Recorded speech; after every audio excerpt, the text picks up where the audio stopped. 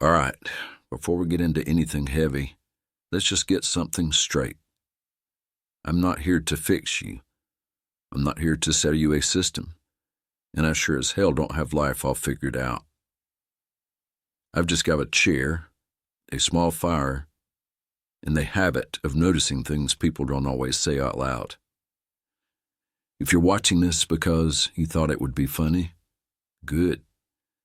If you almost didn't because the word feelings made you nervous, I get that too. Either way, you're welcome here. This is Outlaw Crackerjack, and around here, jokes are allowed. So are feelings. Here's something I've noticed.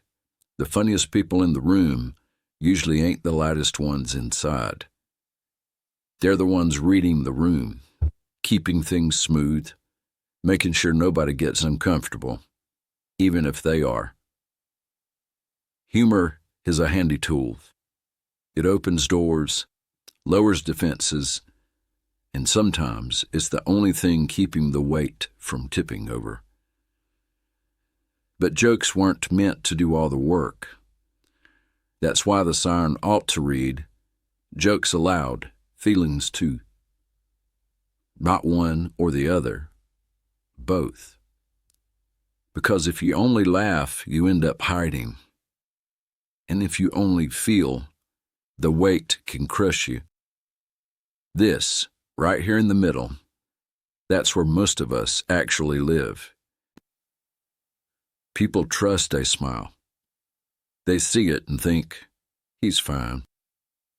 But smiling ain't the same as being okay. Some folks smile because it's lighter than explaining. Because saying, I'm good, costs less than saying, something hurts inside and I don't know what to call it. You can pay the bills, show up to work, crack jokes, and still feel like something's quietly coming loose. That don't make you fake. It makes you functional. The trouble starts when everybody, including you, believes the smile means nothing else is needed. Humor can lighten the load, but it was not meant to carry it alone.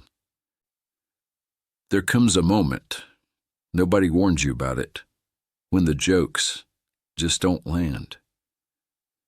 Not because you lost your timing, but because the weight behind your smile finally outweighs the laugh.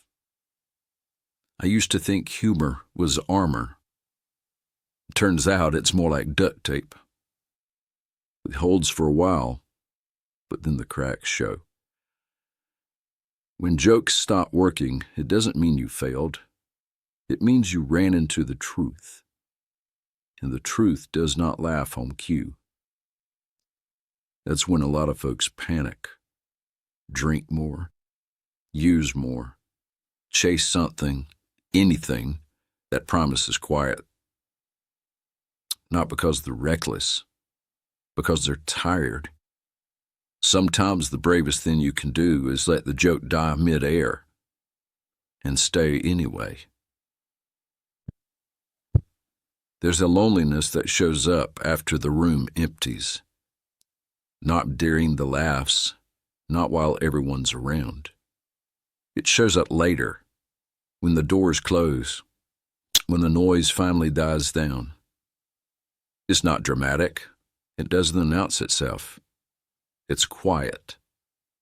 It's the kind that sits next to you while you replay conversations in your head, wondering what you could have said different, or if anyone noticed you were carrying more than you let on.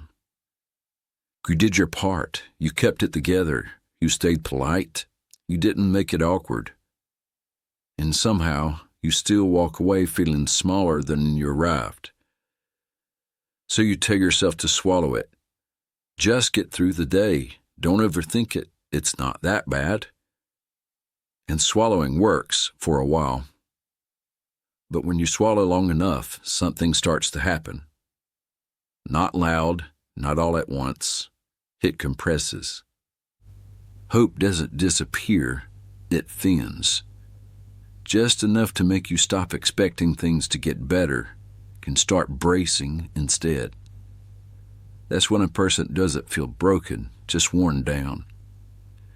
And worn down is dangerous because it still looks like strength from the outside. There are losses you can explain, and then there are losses that don't fit into sentences. They don't come from one moment.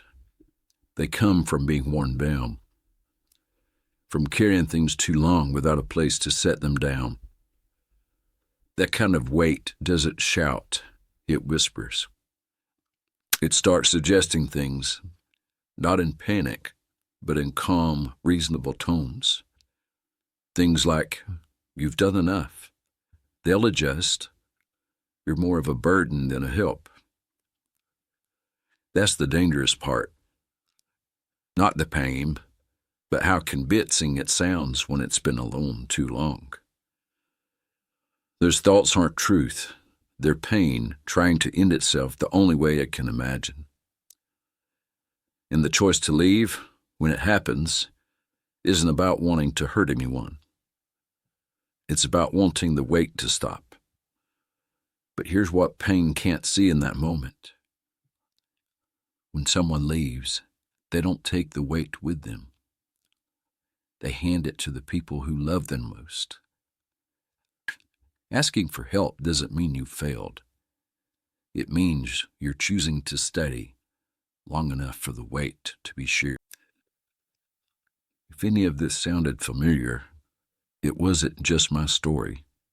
It was yours too. Most of us have an outward version that gets us through the day. That part's not fake. It's functional. Just don't forget that there's a real person underneath who needs a place to breathe. And if this hits home, I'd like to hear from you. Drop a comment, share it with someone who might need a cheer.